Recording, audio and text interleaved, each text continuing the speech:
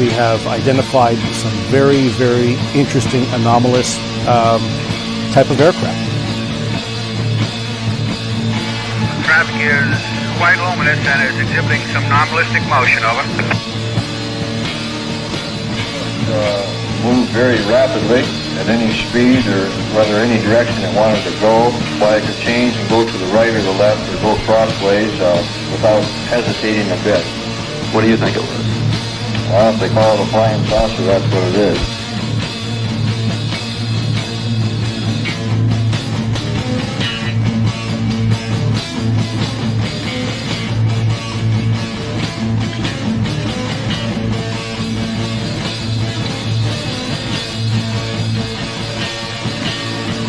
EWA 517, do you want to report a UFO? Over. Negative. We don't want to report.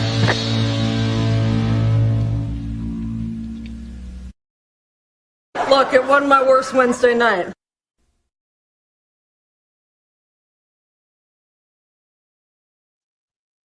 Good evening, everyone. I'm Smiles Lewis, and this is a not live edition of Anomaly Now, straight out of Austin, Texas. This is the weekly 501c3 nonprofit weekly news roundup. It's Wednesday, November 27th, 2024, and tomorrow is Thanksgiving, and I hope you all are going to have wonderful times with your friends and family, or do nothing at all, whatever makes you happy, and I hope there are things that you are thankful for. There are so many folks who are not as lucky as some of us and have want for better quality of life. So this is going to be a very brief pre-recorded edition. Like I say, thank you for tuning in, listening to the rebroadcast. Please like and subscribe, all that stuff. You can go to our website, anomalyarchives.org, our patreon.com/anomalyarchives, or our flipboard.com/@anomalyarchives, where you can find lots of news links. Of course, the big news, sadly, this week is the passing of paranormal UFO cattle mutilation researcher Christopher O'Brien. I wasn't personally close friends with him, but he's somebody whose research I've been aware of for a long time, and of course his friendship with good friend David Perkins, who also passed a year ago, and so many friends I know were good friends with him. You can go to the Flipboard and find lots of references to people's remembrances, their obits about him. There's also over at the Daily Grail, that's dailygrail.com. Red Pill Junkie Miguel Romero has written a nice memorial. Available cattle mutilation researcher and trickster stalker Christopher O'Brien, doing a nice remembrance of him with photographs and links to videos relevant to his work, as well as information on his past books and whatnot. Of course, one of the more technologically oriented projects of his was, as Miguel says here, despite his out-of-the-box way of thinking, Chris was also heavily invested in the scientific gathering of material data that could help us further our understanding of the UFO phenomenon. Inspired by his friend Ray Stanford, he collaborated with UFO DAP, a project seeking to place automated cameras and sensors in different UFO hotspots all over the planet, which would be able to discriminate ordinary objects from the truly anomalous through AI deep learning. Just like Avi Loeb's Project Galileo, and just like Ray Stanford's efforts here in Austin, Texas, back in the 70s with Project Project Starlight International. Also, of course, Lauren Coleman has written an obituary for Christopher O'Brien, pictured here with Lauren at his International Cryptozoology Museum.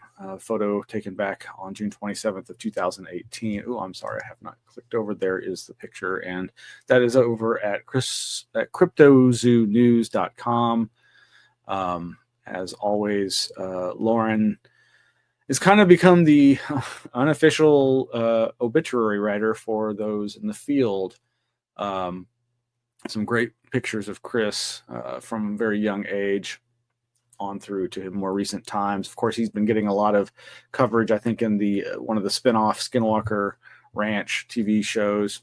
And this photo here is, I guess, from Unsolved Mystery Season 17 from October of this year.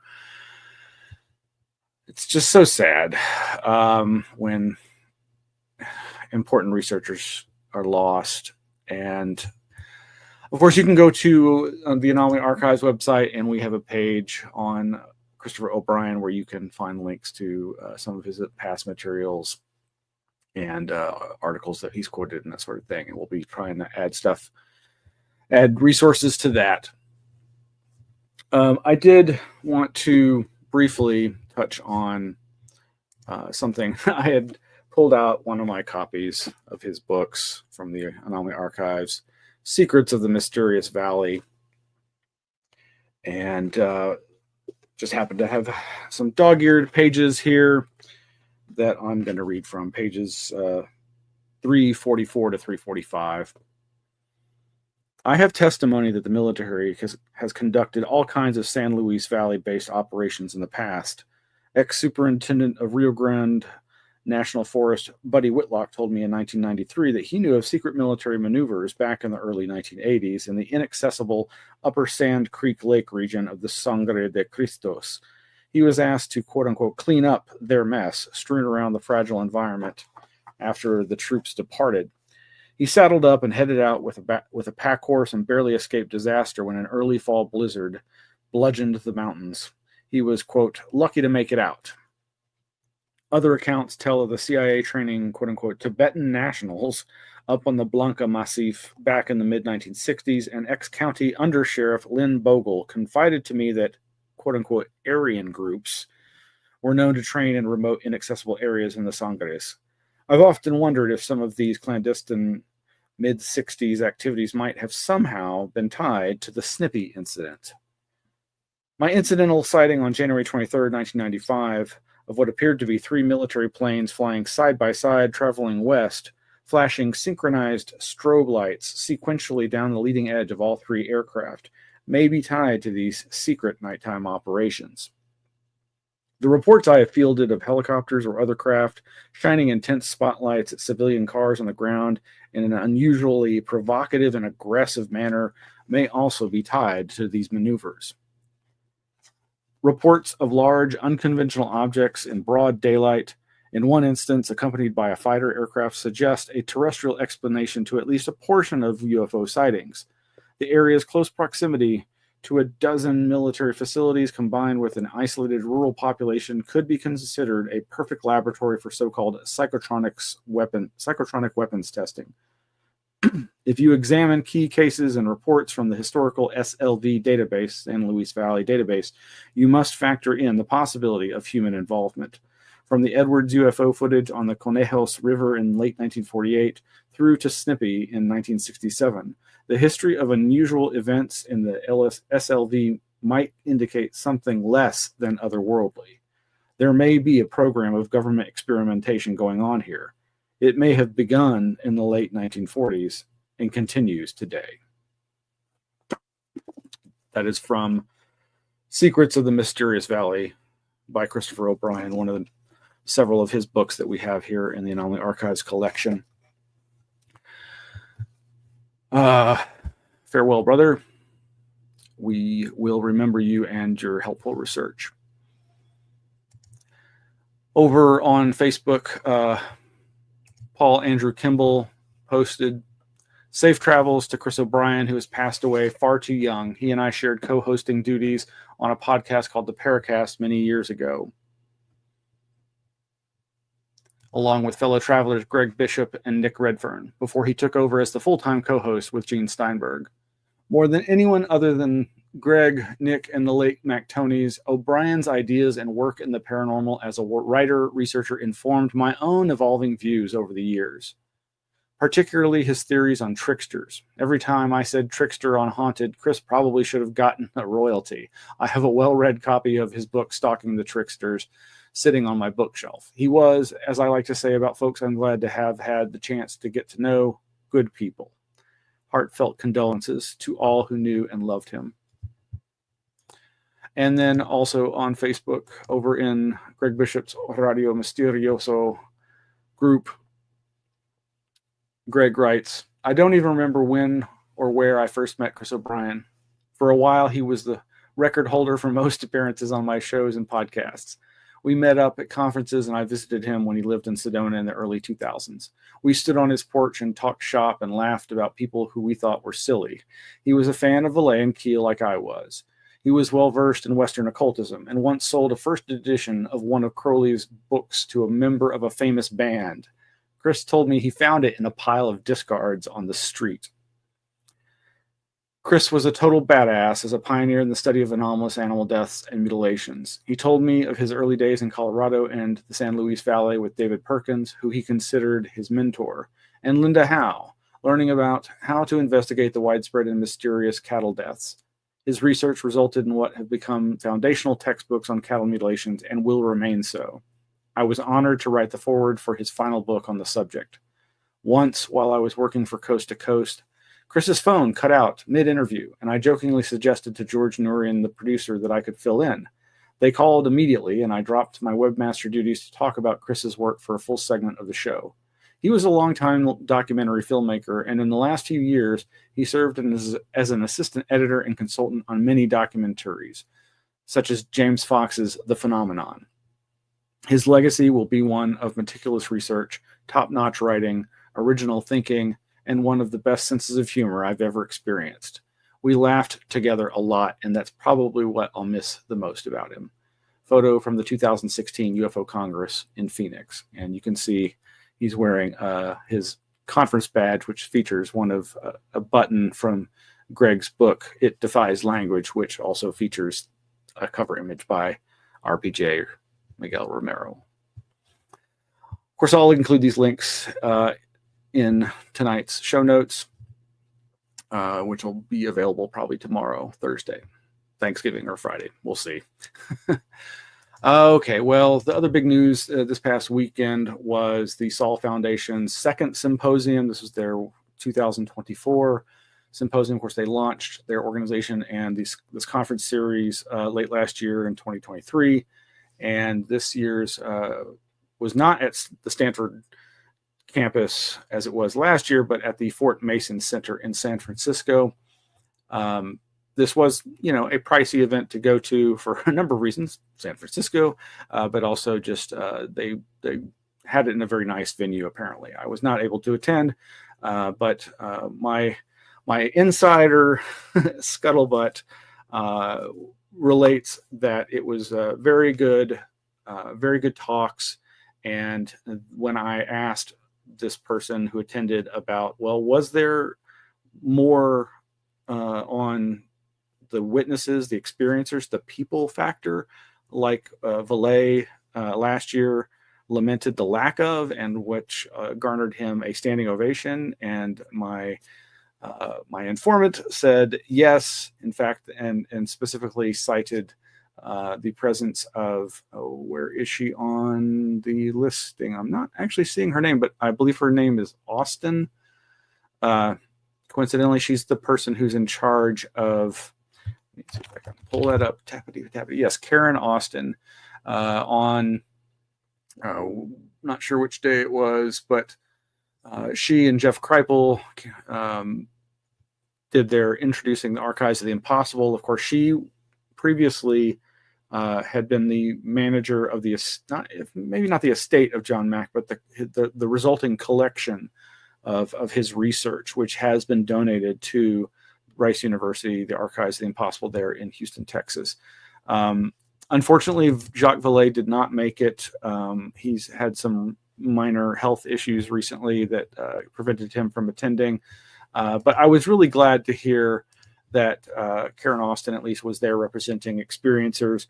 And what I've been told is her talk garnered one of the few standing ovations at this year's event. And the other was the screening of Mr. Fox's new documentary, The Project, about all these legacy programs, or the program, or I forget what it's called. But anywho,